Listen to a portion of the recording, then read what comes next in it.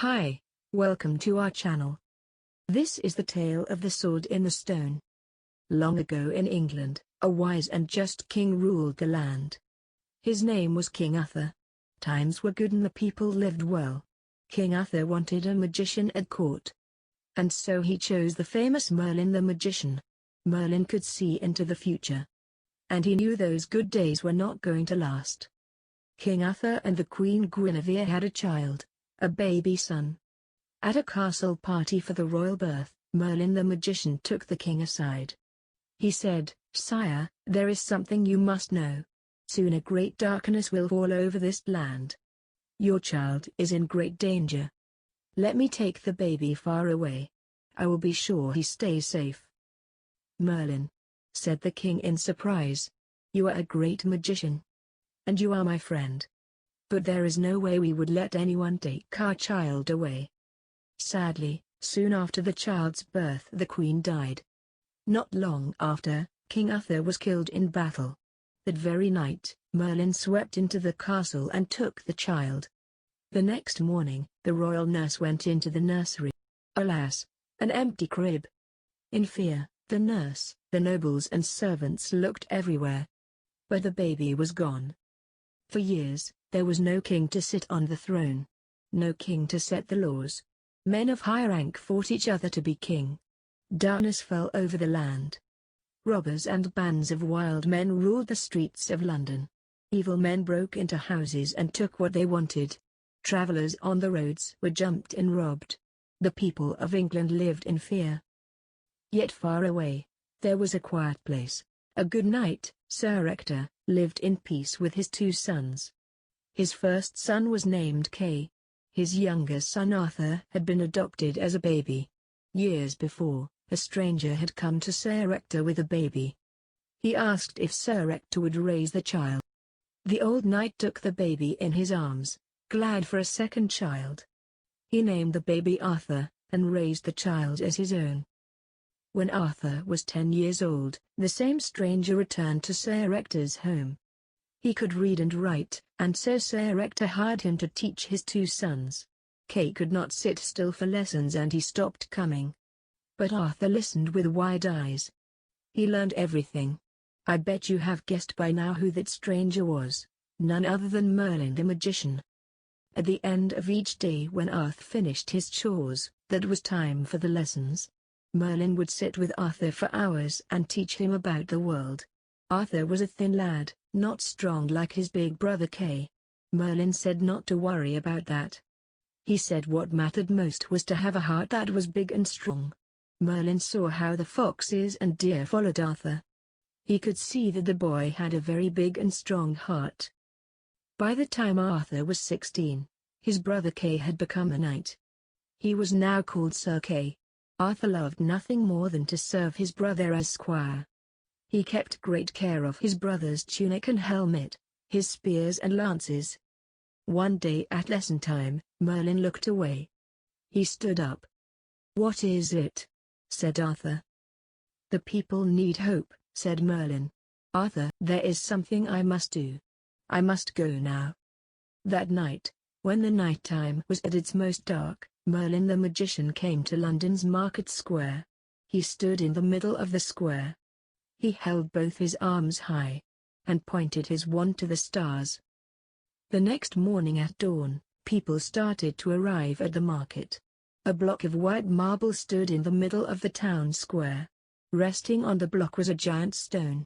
At the very top of the stone there was a golden sword handle and a few inches of the blade, shining in the sun. Yet, this was most odd, the rest of the blade was buried deep into the stone.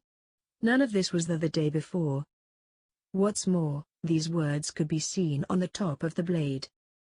"Whoever pulls out this sword from this stone is the true King of England."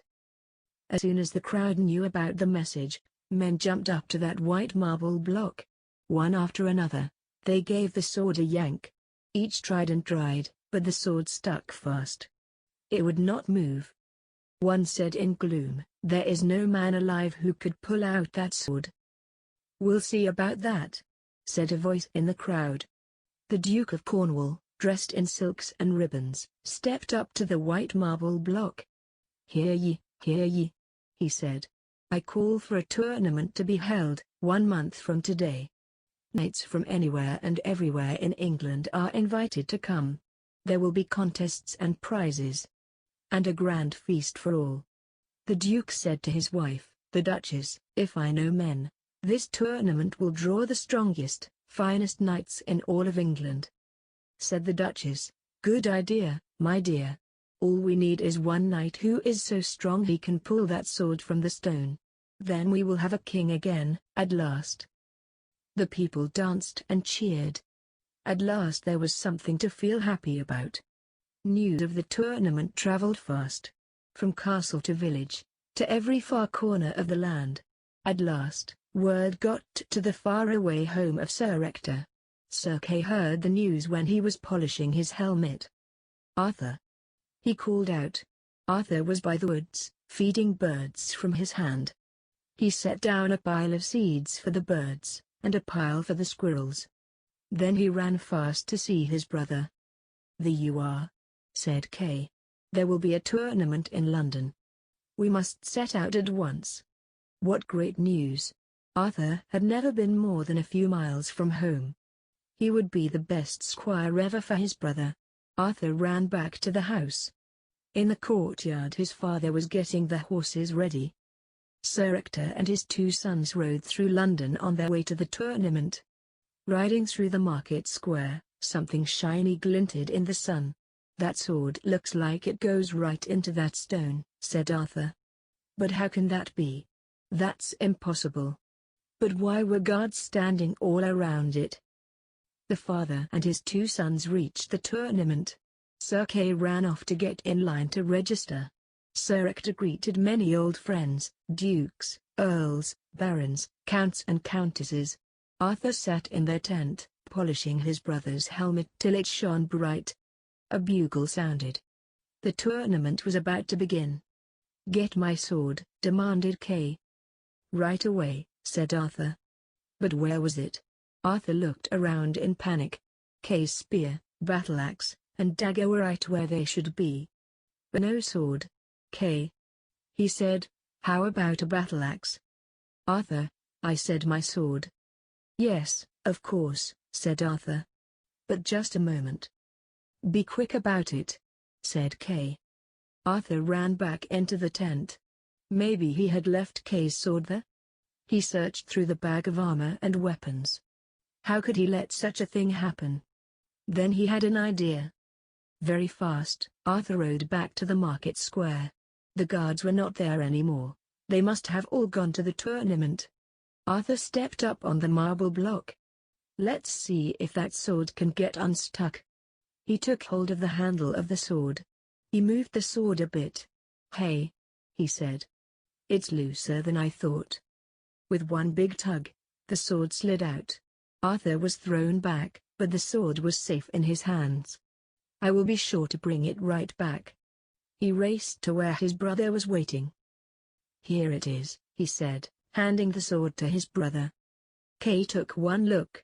Oh, he said in surprise. What is it? Said Arthur. But his brother was gone. Soon after, he heard his brother's voice outside the tent.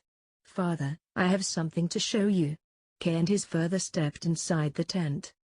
Look, said Kay. He pointed to the sword. Sir Ector stared. His face turned white. Kay, said the father, facing his older son, where did you get this sword? It is mine, said Kay, holding it close to him. I have it now. Kay, said the father again in a stern voice. I will ask you one more time. Where did you get this sword? The young knight's head dropped down. From Arthur, he said. He lost my sword. Somehow he got this one. Arthur? The father turned to his younger son. How is it that you came by this sword? I'm sorry, said Arthur. Father, I will put it back right away. I only meant to borrow it when I pulled it from the stone. You must take us to where you found this sword. At once. The 3 of them rushed over to the market square. Arthur climbed up onto the marble block. It came from here, he said. He lifted the sword over his head. Then he dropped the blade back into the stone. Now it's back. Hey, said Sir Kay. I still need a sword. He jumped up onto the marble block. Grabbing the hilt of the sword, he pulled and pulled. But it did not move. Kay shouted to Arthur. What did you do to it? Nothing, said the lad. You must have done something, yelled Sir Kay. Hush, both of you, said the father. It is better if no one sees or hears us. But it was too late. A crowd had already started to form. Hey! Did you pull that sword out of the stone? Called one. Yes, said Arthur. I did. Do it again. Called another from the crowd. Yes, let's see it. Arthur put his hands around the golden handle. With one tug, the blade slid out. Who are you? Called another voice. What's your name? Arthur, said the lad. Wait a minute, put that sword back. A tall knight pushed forward from the crowd. Anyone can pull it out, once it's been pulled. Go ahead. Put it back, son, said a voice. It was the Duke of Cornwall, the one who had called for the tournament. All right, said Arthur. He slipped the blade back into the stone, with ease. Let me at that now, said the tall knight. He jumped up and grabbed the handle of the sword. But pull and tug as he might, the sword would not move. Not even a bit. Another knight tried. Then another. But no one could move the sword. Some waited, thinking the longer they pulled the sword, the looser it would get. But when each man took their turn, the sword did not move for them. Let the lad try now, said the Duke of Cornwall. Arthur, go ahead. Arthur stepped up to the stone again. In one motion he freed the sword. This time, he held it high above his head. The blade flashed in the sun. Amazed, the crowd did not know what to think. One called out last. He must be our new king. We have a king, called another. At last. Stop, shouted the tall knight. Do you really think this skinny boy should rule over all of us? Yes, said a voice. All eyes turned around. It was Merlin the magician. I know this boy. I know his heart. There is no one in England who has a heart that is bigger and stronger than his. The sword has told us this young man is to be the next king of England. And there is something else. A hush fell on the crowd. The lad, said Merlin, pointing to Arthur, is the true child of King Arthur. He is the missing baby. Cheers began to ring out. Hail, King Arthur, called someone from the crowd. Sir Ector fell to his knees. Then Sir Kay. One person after another fell to their knees, too. All cheered. At last, a king had been chosen. A fresh young king, and a new day for England. The end. If you like our video, kindly subscribe.